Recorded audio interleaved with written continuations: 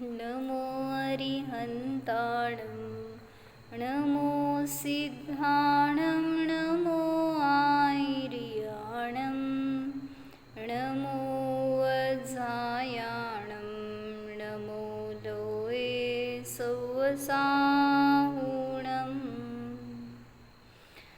पाँचो मेरु असी जिनधाम सब प्रतिमा को करो प्रणाम महासुख होय देखे नाथ परम सुख होय।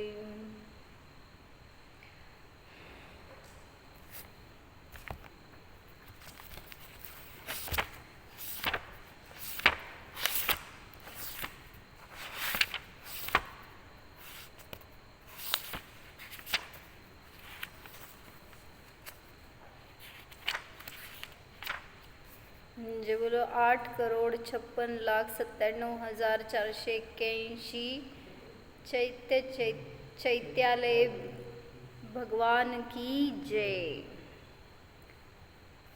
9 देवता में ये एक देवता है ना चैत्यालय।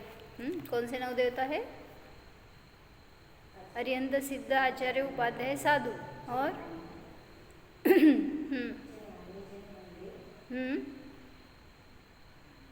पुढं बोला। 9 चैत्यालय 9 देवता कौन से है? जिन धर्म जिन चैत्य जिन चैत्यालय। हो गए क्या? अरिहंत सिद्ध आचार्य उपाध्याय साधु जिन धर्म जिनागम जिन चैत्य और जिन चैत्यालय, ऐसे 9 देवता है। तो उनमें चैत्यालय एक देवता है, ये मुझे बताना था। एक देवता का स्थान है उसको भी। तो जितनी चैत्य की हम पूजा करते हैं, जितनी उनकी इम्पोर्टेंस है हमें, उतनी ही चैत्यालय की, हाँ ना। क्योंकि जहाँ जहाँ जिन भगवान विराजमान है वो भूमि भी पवित्र हो गई। जैसे आप अयोध्या नगरी को क्यों स्पेशल मानते हैं? वो भी पूज्य ऐसा आप बोलते हैं। जन्म कल्याणिक हुआ है ना वहाँ पर, या समेत शिखर जी, क्यों उसको पूज्यता है उतनी? वो कोई तीर्थ भगवान है क्या वो? लेकिन जहाँ से उनके कल्याणक हो गए वो पवित्र, वो क्षेत्र भी पवित्र हो गया। इसलिए बताया जाता है कि जो चैत्यालय है वो भी भगवान है एक।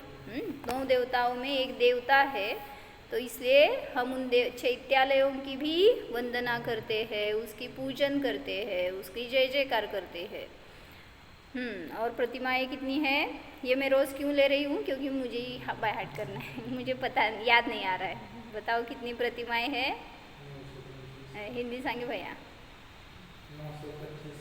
925 करोड़ 53,27,948 इतने जिन प्रतिमाएं हैं। कहाँ पर? 5 मेरु में, तीनों लोकों में मिलकर सभी चैत्यालयों में 108 ऐसे अगर हम काउंट करेंगे तो इतनी जिन प्रतिमाएं हैं जो अकृत्रिम है। मतलब अकृत्रिमता का भावासन क्या बताया था? अकृत्रिम यानी क्या? हाँ, कैसे बने? कैसे वो अकृत्रिम यानी किसी ने बनाया नहीं है ना, तो बने कैसे है वो? तो वहाँ के जो परमाणु है, जो भी उत्कृष्ट परमाणु है, उनका वहाँ पे स्कंद हो गया है और वहाँ वो आकृति ऐसी बन गई है, इसलिए उसको अकृत्रिम बताया जाता है। उन परमाणुओं की ही वैसी योग्यता कि वो समचतुरस्र रूप से, अति सुंदर रूप से उनका रूप बन गया है वहाँ पर। जो भी जिन भगवान है उनका अपोअपच अकृत्रिम उसे ही कहते हैं ना। किसी ने जाकर उसको ठोक कर बनाया नहीं है। जो आप यहाँ पे सुंदर कारीगरी करके बनाते हैं ना, उससे भी बहुत अनंत गुना सुंदर होगी वो जो अकृत्रिम प्रतिमाएं हैं। तो सभी वो प्रतिमाएं अनादि अनिधन है, कभी भी उसका नाश नहीं होने वाला। भले ही उसमें उत्पाद वे चालू है, लेकिन फिर भी सभी परमाणु अगर वो गल जाते हैं जितने, उतने ही पूर्ण रूप से उसमें भर भी जाते हैं। इसलिए वो रचना वैसी की वैसी रह जाती है। और भी मैंने क्या बताया था पहले 1-2 क्लास में कि जहाँ पर ये अकृत्रिम प्रतिमाएं हैं ना मध्यलोक में तो कुछ प्रतिमाएं गंगा सिंधु के प्रवाह में है, मतलब जहाँ पर स्थित है वहाँ पर गंगा का प्रवाह पूरे जोर से बहुत बड़े धारा से, क्या बोलते हैं, डायमीटर उसका इतना बड़ा है और इतनी फोर्स से वहाँ पर गिरता है, जहाँ गिरती है वो धारा वहाँ प्रतिमा है।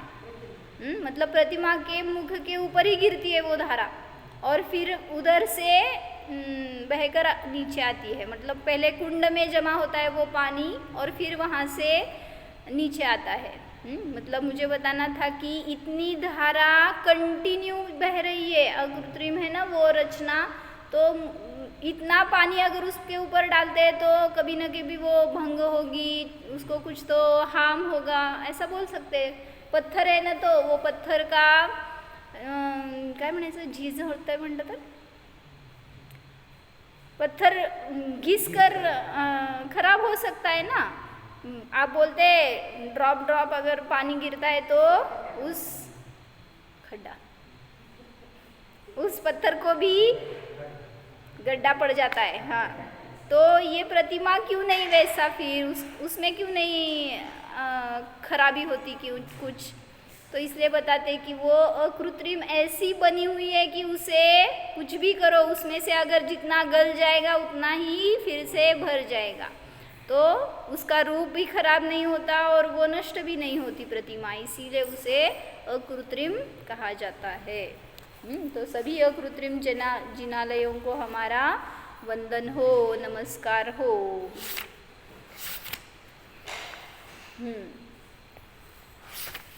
आज रविवार आहे, दुकानला सुट्टी आहे, वक्ता आधी येणार का श्रोता आधी येणार असं चालत नाही कुठल्याही वक्त्याला, माहीत आहे ना, असं मी ऐकून माहीत आहे मला। पंचमेरु की पूजन देख रहे हैं। तीर्थंकरों के नवन जलते भय तीर्थ शर्मदा ताते प्रदच्छन देत सुरगण पंचमेरुन की सदा दो जलधि ढाई द्वीप में सब गणत मूल विराजहि पूजो असी जिन धाम प्रतिमा हो ही सुख दुख भाजहि। आए क्या अपने ध्यान में वो सभी 5 मेरु, वहाँ पर स्थित 16 हर एक मेरु के ऊपर 16 चैत्यालय, तो ऐसे 5 मेरु के ऊपर 80 चैत्यालय, तो उन सभी को हम ध्यान में स्थापन करके उनकी पूजन करते हैं। जहाँ पर उनका हवन होता है वो क्षेत्र, वो मेरु बाहर है, लेकिन जहाँ भगवान तो बाहर है वो द्वैत नमस्कार हो गया हमारा, और जो हमारा स्वयं का कारण परमात्मा है वो वास्तविक भगवान है, उसका नमन करना है। मतलब क्या करना है, पाणी घालायचं का आतमध्ये, क्या करना है, आत्म्याचं प्रक्षालन करायचं म्हणजे काय करायचं, हाँ, जो हमारे विभाव भावों का मल है ना तो उसको धोना है। तो किससे धोना चाहिए, कैसे भगवान कसं धुतलं जाईल आत्मा, बताओ। तो शुद्धोपयोग ये एक ही माध्यम है, एक ही, हाँ, शुद्ध परिणाम जो है उससे ही ये सारा मल नष्ट हो जाता है, आत्मा शुद्ध हो जाता है। तो उन तीर्थंकरों का हवन करना है, ये तो करते हैं, ये तो व्यवहार हो गया, इसलिए उसे तीर्थ कहा गया है, इसलिए वो सुखदाई है। ये सब हम कर रहे हैं जो पूजन पंचमेरु की, ये व्यवहार से द्वैत से हो गई, भेद रूप से हो गई। अभी अद्वैत बताओ इसका अर्थ।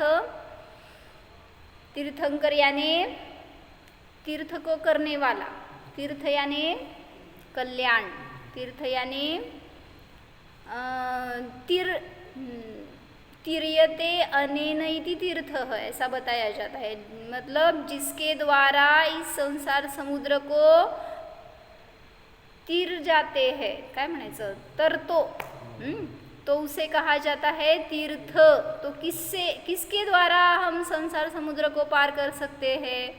तो वो है हमारा स्वभाव, हमारा आत्मा। क्या बताया मैंने, वो तो बोलो। तीर्थ यानी लिहायचं असतं की त्याला काय, तीर्यते अनेन इति तीर्थः, जिसके द्वारा तर सकते हैं, तीर सकते हैं। संसार समुद्र से तरा जाता है तो उसे तीर्थ कहा जाता है। जो करते हैं वो तीर्थकर कहा जाता है। तो किसके द्वारा हम संसार समुद्र से पार हो सकते हैं? व्यवहार से वो तीर्थंकर, और निश्चय से अपना स्वयं का स्वभाव है वो तीर्थंकर है, वो अपना आत्मा है जो हमें, हमारे लिए तारणहार है। तो उस तीर्थंकर का नवन यानी क्या, जिस समय हमने स्वयं को ऐसा शुद्ध आत्मा जाना, उसी समय उस पर्याय में से सभी मल दूर हो गया, तो यही नवन है। तो जब हम अनुभूती लेते हैं तो वो ही काय म्हणायचं ते म्हणा, त्याला अभिषेक म्हणा, नवन म्हणा, प्रक्षालन म्हणा, धोणं म्हणा। तो तीर्थंकर का नवन, उसका जल यानी हमारी शुद्धोपयोग की पर्याय, उससे क्या हो गया, ये स्वभाव ही तीर्थ हो गया। कौन से तीर्थ क्षेत्र पर जाने पर आपको मोक्ष मिलेगा?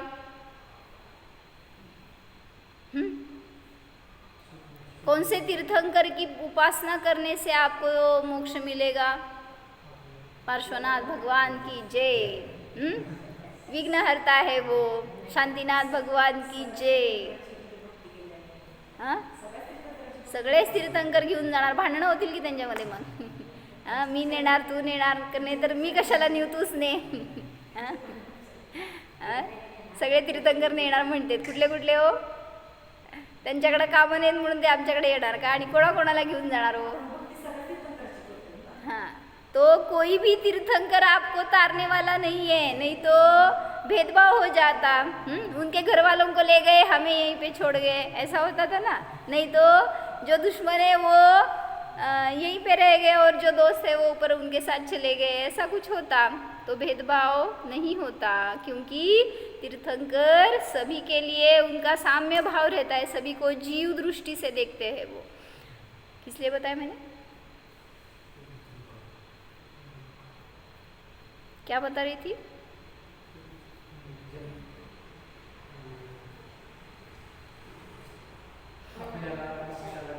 हाँ, कौन से तीर्थ क्षेत्र पर जाने पर हमें मोक्ष मिलेगा, या कौन से तीर्थंकर हमें ले जाने वाले हैं? हाँ, उत्तर सांगा, प्रश्न मी विचारले। हाँ, कोई भी तीर्थ क्षेत्र आपको मोक्ष ले जाने में समर्थ नहीं है। फिर आप बोलते हैं ना, क्या शिखर जी की वंदना जो वंदे, जो काय म्हणायचं होतं त्याला?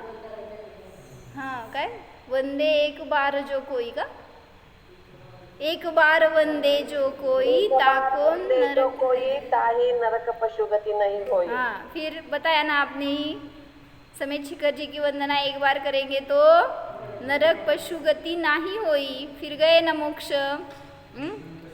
हम ठीक है, दुर्गति का बंध नहीं होता, दुर्गति को नहीं जाते, सुगति को जाते, ऐसा बोलो। फिर अविनाभाव संबंध नहीं है, क्योंकि विशुद्धि हमारी है। वहाँ पर जाओ या न जाओ, अगर यहाँ पर बैठकर भी आप तीर्थ की वंदना कर रहे हैं, इतनी विशुद्धि कर रहे हैं, तो आपकी वंदना हो गई। जैसे हम बताते हैं ना, कोई अगर क्षपक है, अंतिम श्वास ले रहा है, तो उसको क्या बताते हैं? शिखर जी की अगर वंदना की हो तो वो याद करो। क्यों बताते हैं? एक जरा टाइम जायला त्यांचं, टाइमपास करायला। कशासाठी करता हो? तो भाव वंदना है ना, वो जितने भावपूर्वक वंदना करेंगे तो वहाँ पर जाने पर ही होगी, ऐसा नहीं है। यहाँ से भी हम वैसे नमस्कार, वैसा पूजन, वैसी भक्ति कर सकते हैं। तो इसलिए उनको एक स्वभाव का अवलंबन, नहीं तो बहिरंग में ऐसी जो वंदना की हो, जो उन्होंने कभी आनंद लिया हो कहाँ से, तो उसको उनको स्मरण किया जाता है। तो अभी किसी की संलेखना चल रही है पंढरपुर में अभी इस टाइम, इस क्षण। तो उनका भी मैसेज आया था माता जी के पास कि उनको अंतिम श्वास ले रहे जैसा सीरियस है वो, फिर उनको दीक्षा देनी है, क्या बताए, क्या करे, कैसे भक्ति करते, क्या क्या करते, ऐसा रूल बताओ ऐसे। तो मुझे बताना है कि हम क्या करते हैं, जीवन पर्यंत साधना नहीं करते और लास्ट के मोमेंट में करवाते हैं। जो भी साइड में है ना, उनके भावना, उनका सहयोग, उससे आपको ठीक है दीक्षा हो गई, आपकी अच्छे से संलेखना भी हो गई, समझो। विशुद्धि कितनी होती है उसमें, मतलब ये भी दुर्लभ है मिलना, ऐसे मिलेगा ये ऐसा नहीं है, लेकिन सानिध्य मिला तो भी अपने परिणाम तो हमें ही कंट्रोल करने होते हैं। वैसी विशुद्धि अगर हम जीवन भर में साधना करते हैं तो ही अंतिम समय में हो सकती है, नहीं तो इतने संक्लेश होते हैं कि ये मेरा घर छीन रहे हैं, मेरे क्या बोलते हैं ऑर्नामेंट्स के सब, मेरी स्टेट छीन रहे हैं, ले जा रहे हैं। बताया था एक बार मैंने, क्या हुआ था, एक ऐसे ही वृद्धा थी और उनको माताजी संबोधन करने के लिए गए थे, शोलापुर में थे तब। तो उनके ऐसे ही वीक हो गए थे, कुछ शरीर में तकलीफ थी, तो इसलिए माताजी ने उनको संबोधन किया। बोले कि अभी हमें इस शरीर का ही बोझा नहीं उठाया जाता, उसकी हमें त्यालाच आपल्याला सांभाळायला येत नाही, तर तुम्ही सगळं का ठेवलं आहे हे जवळ, काय काय ठेवलं आहे, हातात होतं, गळ्यात होतं, कानात होतं, सगळं होतं. म्हटल्यावर माताजींनी त्यांना संबोधन केलं. म्हटले जर आपल्याला साधना करायची तर ह्याचे विकल्प कशाला. तर त्या स्त्रीने काय म्हटलं, मला कुठं विकल्प आहेत म्हणाली, मी फक्त घातलंय, मला काय विकल्प नाहीत, काय नाही. माताजी म्हणाले त्याचा मोह असतो, मग त्याचा मोह सोडा. ती काय म्हणाली स्त्री, हे मला मोह वगैरे काय नाही म्हणली. माताजींनी एकच सूत्र सांगितलं, काय म्हणा, मोह परिग्रह कोण ठेवतो, मूर्छा परिग्रह. ज्याच्याजवळ मूर्छा आहे ना, मूर्छा यानी मोह, जिसके पास मोह है उसी के पास परिग्रह दिखता है, नहीं तो परिग्रह ऐसे छूट जाता है. लेकिन जब माताजी ने ये बताया ना, तो उसने बहुत सरलता से स्वीकार किया और निकाल के ठीक है मुझे नहीं चाहिए. ऐसी सरलता होना भी बहुत दुर्लभ है. तो इसलिए हमें साधना करना है तो धनशिका की कैसे करे, मुझे किसी भी चीज़ की आवश्यकता नहीं है, मैं ऐसे ही क्या बोलते निरपेक्ष जी सकती हूँ, उसी से हमारी साधना निर्विकल्प हो सकती है. किसी चीज़ में अगर अटक जाए तो बेटी ने ये नहीं दिया, बेटे ने वो नहीं किया, वो सब मेरे से ही ले रहे हैं, मेरा सारा पैसा ख़त्म कर दिया, ये सब विकल्प रहते हैं ना. इसलिए फिर प्रक्षालन कैसे होगा आत्मा का, आपको धोना है ना आत्मा को, कैसे धोएंगे, हाँ शुद्धोपयोगी होगा, नहीं तो अशुद्धोपयोग से ही आत्मा को मलिन कर रहे हैं. हाँ, तो इसलिए यहाँ पर बता रहे कि तीर्थंकर यानी अपना आत्मा है, उसका नवन यानी शुद्ध स्वभाव की प्राप्ति किससे होगी, जल ये शुद्ध पर्याय का वाचक लो. तो शुद्धोपयोग से ही हमारे आत्मा की पवित्रता होगी, उसी से शर्म यानी अतीन्द्रिय आनंद प्राप्त होगा. इसलिए यह मैं आत्मा प्रदक्षिणा देता हूँ. कोणाचं प्रदक्षिणा द्यायची, कुठं जायचं काय बाहेर, मतलब बार बार हम अंदर जा रहे हैं तो इसी को प्रदक्षिणा बताओ. मतलब शुभ अशुभ भाव से हटकर शुद्ध स्वभाव की ओर जाना, इसी को रिपीटेशन बोलो. तो ऐसा करना चाहिए. जैसे षष्टम सप्तम गुणस्थानवर्ती जीव छठे सातवें गुणस्थान में हजारों बार उनका झूला चल रहा होता है, मतलब वो अनुभूति लेते हैं तो निर्विकल्प हो जाते हैं, फिर सविकल्प, फिर निर्विकल्प, ऐसा ही उनका चलता रहता है. अंतर्मुहूर्त में उपयोग का परिवर्तन. तो ऐसे ही हमें क्या करना है, मेरु समान जो हमारा अचल स्वभाव है उसको हम बार बार जानते हैं तो यही प्रदक्षिणा हो गई और इसी से हमारे आत्मा की शुद्धता हो सकती है, हम स्वयं के शुद्ध आत्मा को प्राप्त हो सकते हैं। इसी से सुख हो ही दुख भाज ही, मतलब सुख होता है और दुख भाग जाता है, दूर होता है। अभी मैंने एक बार प्रश्न पूछा था, ये 9 देवता है ना, कौन कौन से बताओ, लिखे तुमने, कौन कौन से बताओ 9 देवता?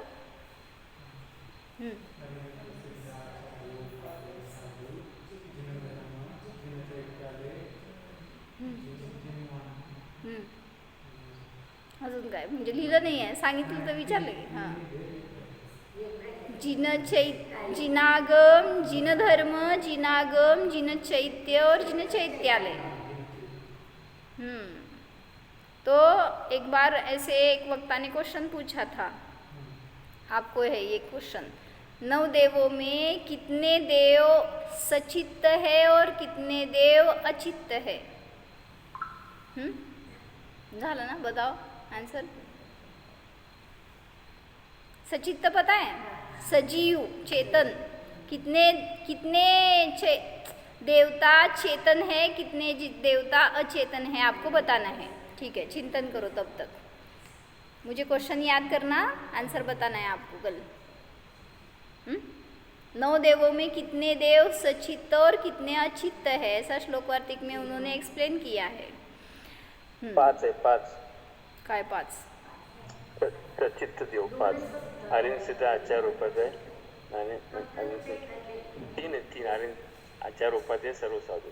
आणि मग अरिहंत अचित्त आहेत का, दगड आहेत का, 5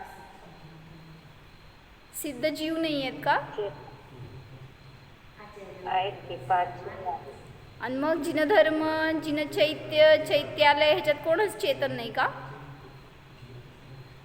जरा चिंतन करा त्याच्यावर. आणि लईच तुम्हाला वाटलं विचार करायचं तर कुठल्या तरी एका प्रवचनामध्ये घेतलेलं आहे, तेवढं शोधा आता आहेत चैनलवर. चला, तो ऐसे इस प्रकार हमने क्या किया है, जो पंचमेरु में स्थित अशीति जिन चैत्यालयस्थ जिन प्रतिमा समूह है उनको अपने हृदय स्थान पर स्थापन किया है, विराजित किया है. तो अभी उसकी पूजन कर रहे हैं. शीतल मिष्ट सुवास मिलाय, जल सो पूजो श्री जिन राय, महासुख होय देखे नाथ परम सुख होय. पांचों मेरु असी जिन धाम, सब प्रतिमा को करो प्रणाम, महासुख होय. क्या बताया था अर्थ? शीतल मिष्ट सुवासित जल से मैं श्री जिनराय की पूजन करता हूँ, जिससे मुझे महान सुख या परम सुख की प्राप्ति होती है. 5 मेरु में स्थित जो 80 जिन धाम है, वहाँ पे जो स्थित कितने प्रतिमाएं बोलो विशाल भैया? 80 चैत्यालय है, उसमें प्रतिमा कितने हैं? 8640 प्रतिमाएं हैं टोटल 5 मेरु के ऊपर. तो उन सभी प्रतिमा को मैं प्रणाम करता हूँ, जिससे महान सुख की या परम सुख की प्राप्ति होती है. तो मैं जन्म जरा और मृत्यु का नाश करने के लिए जल अर्पण करता हूँ, ये हमने कल देखा था. आगे, जल केशर कर्पूर मिलाय, गंध सो पूजो श्री जिन राय, महासुख होय देखे नाथ परम सुख होय. पांचों मेरु असी जिन धाम, सब प्रतिमा को करो प्रणाम, महासुख होय देखे नाथ परम सुख होय. बोलो अर्थ विशाल भैया.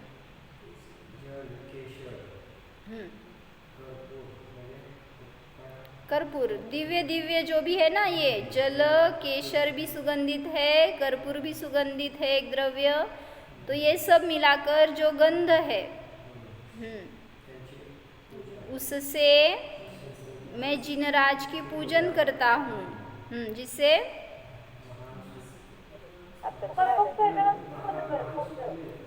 महासुख की प्राप्ति होती है। और देखे नाथ परम सुख होए, उन नाथ को देखने से परम सुख की प्राप्ति होती है। आगे जोरा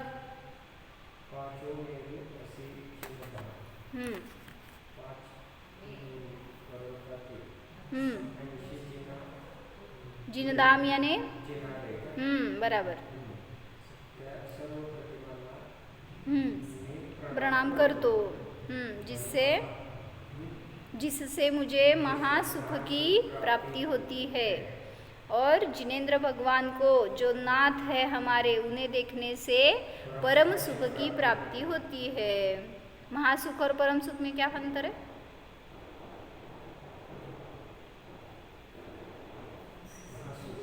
महासुख होय, महा म्हणजे तुमचं का?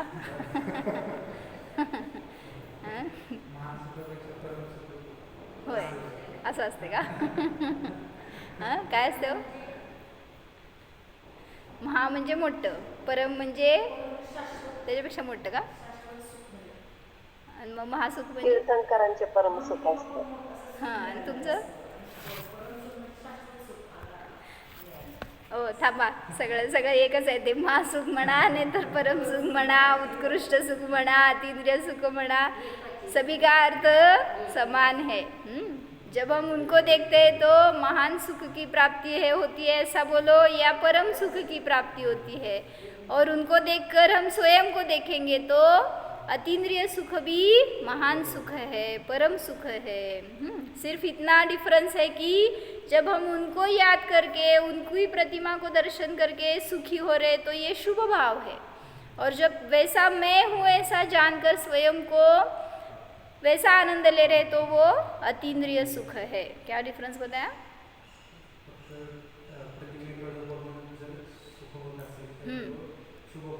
हाँ, वो इंद्रिय सुख है, लिखो। और जब हम स्वयं की आत्मा को जानते हैं तो वो अतीन्द्रिय सुख है, वो शुद्ध भाव है। इसलिए दोनों भी महासुख है, दोनों भी परम सुख है, लेकिन एक क्या बताया, जो शुभोपयोग है उससे ये शुद्धोपयोग का सुख इंद्रिय सुख से अतीन्द्रिय सुख महान है, परम है, श्रेष्ठ है। इतनी तुलना की गई। जब हम उनको नमस्कार कर रहे हैं तो वो द्वैत नमस्कार हो गया, और जब हम स्वयं को जान रहे हैं तो अद्वैत नमस्कार हो गया। जब द्वैत नमस्कार होता है तो शुभ भाव है, और जब अद्वैत होता है तो शुद्धोपयोग है। तो शुद्धोपयोग से ही हमें उत्कृष्ट सुख की प्राप्ति होती है।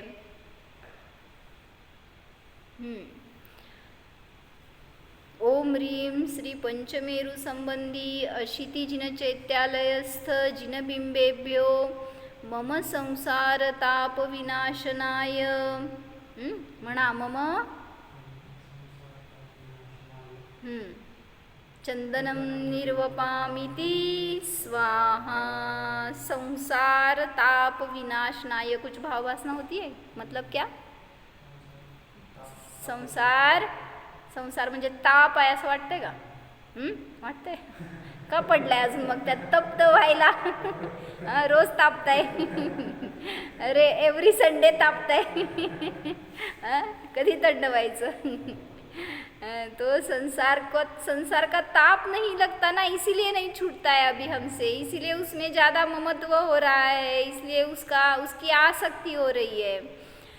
तो संसार को, मतलब संसार में हम जो भी करते हैं ना उसका हमें ताप नहीं लगता। ताप म्हणजे त्याचं दुःख वाटत नहीं किंवा त्याचा त्रास वाटत नहीं, ऐसा बता रहे हैं। फॉर एग्जाम्पल बताओ, संसार में जो भी करते हैं ना, आज सुबह बताओ मुझे, आपने विधान किया, कितनी देर किया प्रज्वल?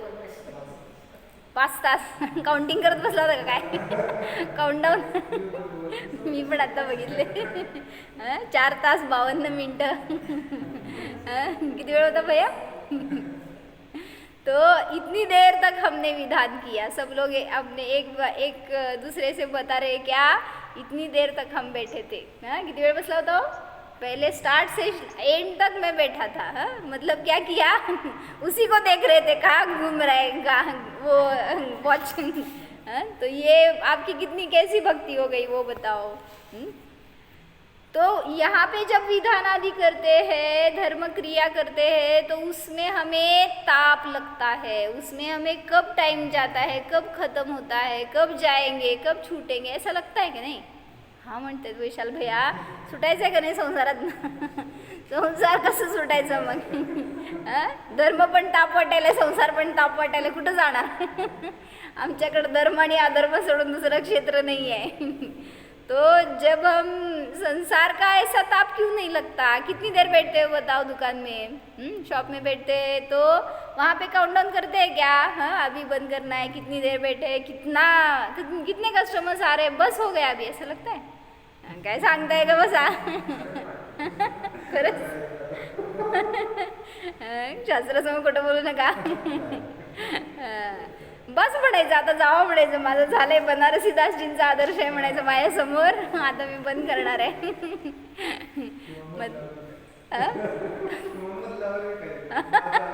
मुद्दलावर विकताय म्हणे जाऊन या प्रज्वलच्या दुकानात एकदा मतलब क्या बताना था मुझे कि संसार में हमें कोई भी चीज़ हो कोई भी घटना हो कोई भी कितने भी कष्ट हो उसका हमें दुख नहीं होता उससे बस नहीं होता अभी ये बस हो गया ऐसे नहीं होता आपको फील इसीलिए आप क्या करते हैं इंटरेस्ट लाकर उसको करते हैं मतलब जो भी करते हैं उसमें बहुत इंटरेस्ट आता है आपको किती स्वयंपाक केल्यावर कंटाळता हो हां मग ते कोण आले ना समोर जेवायला त्याच्यावर असते डिपेंड म्हणजे आनंद आला का दुःख आलं त्याच्यावर मतलब जो भी जाऊ देत स्त्रियांना नटून किती कंटाळा येतो नटून किती कंटाळा येतो असं कधी होतंय मनीषाताई प्रगतीताई मला सांगा बघू नटणं म्हणजे ताप आहे असं वाटतंय का हे घालायचं ते घालायचं ते घालायचं हे लावायचं ते लावायचं म्हणजे त्या गोष्टीचा ताप नाही वाटत का रीजन काय रुचि अनुसारी वीर्य तो हमारी उसमें कितनी रुचि होती है इसलिए वो बस नहीं लगता अभी ये बस हो गया ऐसे नहीं लगता लेकिन धर्म क्षेत्र में आए तो पूजन करेंगे तो विधान करेंगे जो भी क्रिया है धर्म में स्वाध्याय करेंगे ध्यान के लिए बैठेंगे तो बस कितनी देर करना है वही क्या चल रहा है ऐसे लगता है ना ताप लगता है वो इसलिए आपके संसार का ताप नष्ट नहीं हो रहा अगर हमें संसार को नष्ट करना है तो धर्म की अंतरंग रुचि होनी चाहिए आज सुबह बताया ना एक सेंटेंस बहुत टचिंग था क्या बताया खरोखर धर्म तुम्हाला आनंद देणार आहे खरोखर देणार आहे असं वाटलं का ते म्हणताना त्यांचं की मला जेव्हा आनंद झालाय ना तेव्हा धर्मानीच झालाय मी हे टॅली केलं तुम्ही केलं का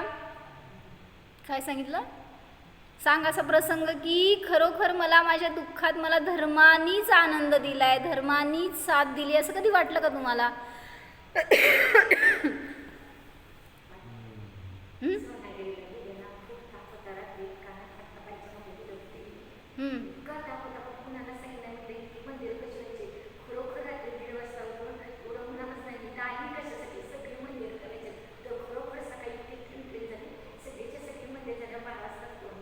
ओके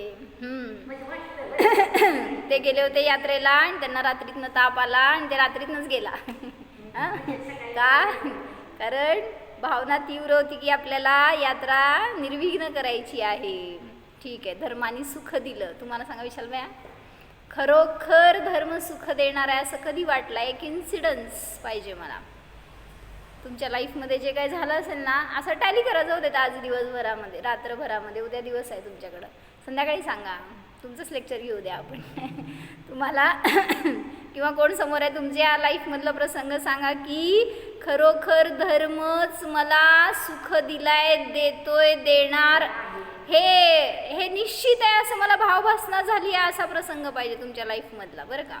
असं नको उगीच कुठून तरी काहीतरी जोडून तोडून असलं नको. खरं तुम्हाला जेव्हा वाटलं असेल ना, म्हणजे माझ्या लाईफमध्ये तर खूप वेळा मी अनुभवलं असं, जेव्हा जेव्हा केव्हा आपल्याला काय आपली टफ कंडिशन येते आहे, जे काय संकट येतात, तिथं मला भावभासना झाली असं तुम्हाला वाटलं असेल ना, तो प्रसंग सांगायचा आहे. धर्मच मला त्यातून तारणारा होता, त्यांनीच मला सुख दिलं, मला स्थिर केलं, माझ्या शांतीचं ते कारण ठरलं, असं एक प्रसंग आठवा. किंवा जाऊ दे आज अनुभवा की खरोखर मला धर्म सुख देणारा वाटतोय का, आणि मला उद्या सांगा. कोरोनामध्ये सुद्धा काही दवाखान्याची पायरी चढणार नाही, घरी बरीच फक्त पहिले 3 दिवस आठवड्याच्या तरी पण त्या धर्मानेच बरी. कोरोनामध्ये कोणी सुखी केलं हो तुम्हाला?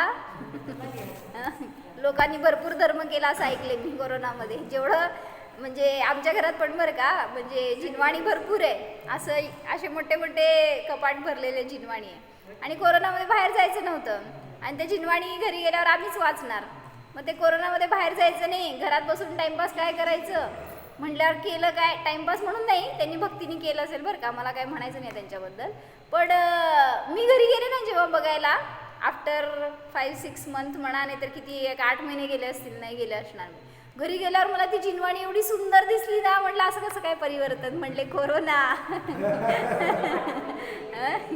कोरोनानी शास्त्राचं शास्त्राने सांगितलं, कोरोना काय करा ना, जरा जिनवाणी का अध्ययन करो ना, असं सांगत होतं ते. थोडासा धर्म केलीये, पुरुषार्थ करो ना. म्हटलं चांगलं आहे, कोरोनानी तर काहीतरी चांगलं केलं. आणि मग म्हणजे आपला वेळ, आपला धर्म आपल्याला त्यावेळी साठवला जेव्हा आपली टफ कंडिशन होती. म्हणून सांगतायत की आत्ता तशी भावभासना करा की जेव्हा चांगली कंडिशन असताना सुद्धा आपल्याला तो धर्मच सहकारी आहे, तोच आपल्याला तारणारा आहे असं वाटायला पाहिजे. करुणाने सांगितलं, मी एकटा आहे, एकटा आलेला आहे. बराबर.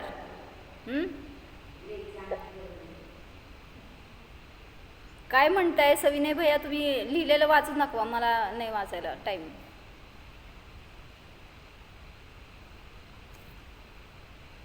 त्यांच्यावर टफ कंडिशन आली होती आणि त्यांनी त्याच्यामध्ये स्थिर झाले असं लिहिले काहीतरी. ठीक आहे. म्हणजे धर्मच आपल्याला तारणारा आहे हे आपल्याला समजतं. ओम.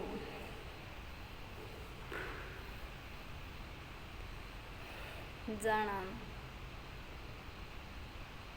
सांग प्रज्वल.